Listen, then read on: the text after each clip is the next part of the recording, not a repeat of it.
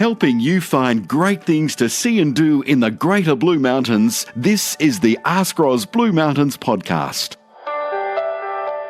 Welcome to episode 19 of the Ask Ros Blue Mountains podcast. In this episode, I speak with Brooke Broughton, the president of the Leura Gardens Festival, about the upcoming festival.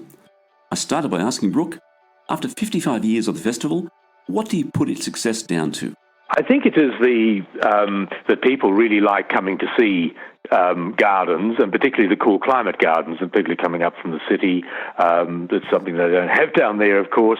And having said that, we get people from all over New South Wales and further afield. We have groups coming from South Australia and other places. And of course, the local people like to come along to see the gardens. And I think part of the reason they do it, apart from looking at other people's gardens, is that they know that the money goes to our local hospital. Just recently, I spoke with the Mid-Mountains Garden Festival, and they were hitting their 35th, which I thought was quite an achievement. At 55 and going strong, that's a credit to all of you. Thank you. Yes, no, we think it's a great thing to be involved with, and of course it involves a lot of people in the community as well with our volunteers that we have.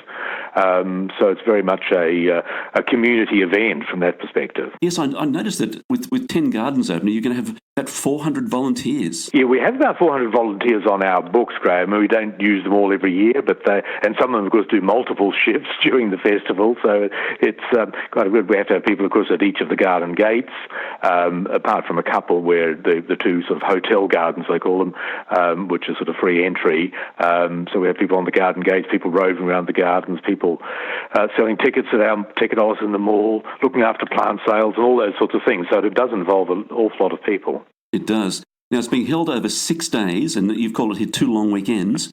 That's Saturday the 5th to Monday the 7th of October, and Friday the 11th to Sunday the 13th of October. And what are the hours? The gardens are open from 9:30 to 4:30 on each of those days.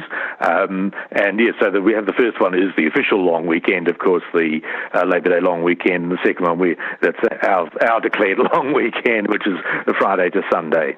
Now, ticket sales, you've got combined ticket of $30 per person, and that gets you into all gardens? That gets you into all the gardens, and that ticket is valid for the whole period of the festival, so you don't have to do them all on one day. You can spread it out.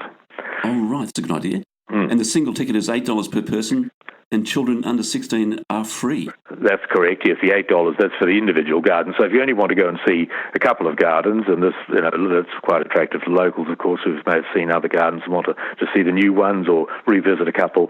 So, yes, they just pay $8 at that particular garden. So, Brooke, how would it work on the day? If you're going to see a garden, do you simply rock up to that garden, or do you have to go somewhere first to buy a ticket? No, you can rock up at that garden and buy your ticket for that single garden, or if you want to buy an all gardens ticket, you can buy it at all gardens apart from the 2 hotel gardens, the Suto and the Fairmont.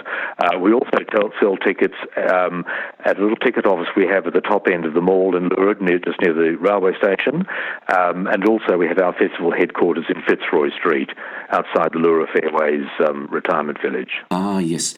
Now, you've also got a bus to get people around if they need to use it. Does that operate from your head office or your head office at the Fairways, or can people get that at any location along the way? Yeah, in fact, it passes the headquarters, but it runs from the station, or near the station, and it's really largely for the benefit of people who come by train, of which we do get quite a large numbers. So they get off the train, buy their tickets, both for the gardens and the bus. The bus is $10 for the day, hop on, hop off, and then the bus stop is there, and that bus runs about every 20 minutes between each of the gardens. So you can just hop off and go and see a garden, get back on, or walk to the next garden in some cases. That doesn't apply very much this year, and sometimes they're quite... But we do have 4 gardens which are literally next door to each other this year, which is very convenient for us and for the visitors, because they can either park their car or get off the bus and go and see 4 gardens straight away. So that's very convenient. Now, in addition to your 10 gardens, you've also got plant sales, music, and an art show. Can you tell us a bit more about those? Yes, of course. Yes.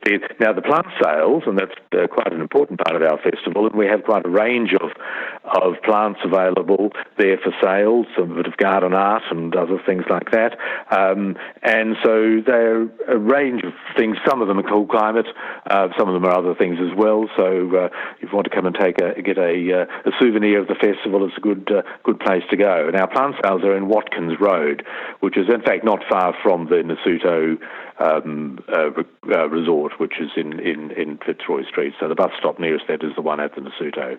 And where will the art show be? And the art show, that's at Leura Fairways, just near our headquarters. Now, that is, in fact, the spring exhibition by the Society of Mountain Artists. And they have their spring exhibition. As well as that, their members, some of them, paint in our gardens during the period of the festival. There are certain rules about this. They have to do it during the period of the festival and have it sort of ready for... They are exhibited on the last weekend. They'll be exhibited at the... as part of the art show. What a clever idea. It really, it's a way of engaging people, and they can then go back and see the finished work.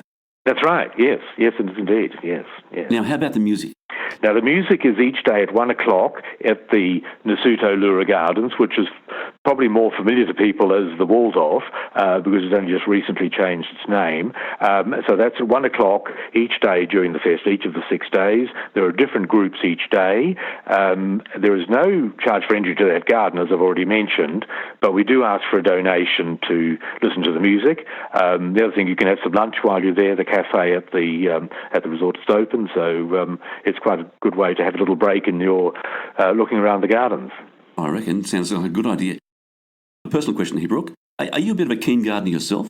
I am, but my garden is certainly not up to standard to be shown to the public. It's I like gardens, and I'm not terribly good at it, I have to say. I probably spend too much time doing things like that, but this is terribly rewarding, so I don't mind. Now, a festival like this can't happen without sponsors. Who would you credit as your key sponsors? Yeah, well, our key sponsors, we have 5 of them. The Bendigo Community Bank, McGrath Real Estate, they're based in Wentworth Falls, Scenic World, of course, which I think everybody knows about, and sort of the combined one from the Nasuto Leura Gardens and the International Hotel Management School, which in fact manages the Nasuto, so they're sort of tied up together, those two, yes. But they provide a very useful contribution to the running of the festival, because as you can imagine, it does cost quite a bit of money to organise these things with advertising and printing and things like that. So. And what would you say would be the highlight of this year's gardens? Is there one garden that you are really looking forward to seeing? Well, yes, I'd have to be honest about that, and it is one which I'm sure a lot of our visitors will be very interested to see. It's a garden called the Braes, which is at the end of Grove Street in Leura. Well, they're all gardens in Leura. Now, this is a large garden, sort of similar size to Everglades, which many people will know. It hasn't been in the last couple of years, each time it is open, there's more work being done on restoring the garden and expanding it.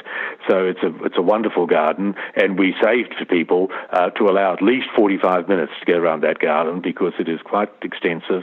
It's on the side of a hill, so there's a bit of walking involved. But having said that, you can get to vantage points and see quite a lot of the garden from there. But it's that's always a highlight, that one. So I'm sure a lot of people will be flocking to that one first of all. Now, just a reminder to everybody, it's over 6 days, the two long weekends, Saturday the 5th to Monday the 7th of October, and Friday the 11th to Sunday the 13th of October. And it sounds like it's all coming together for you, Brooke, and I do appreciate your time today. That's a pleasure, and we look forward to your support and the support of all the people who come to the gardens. And as we mentioned, it all goes to a very good cause.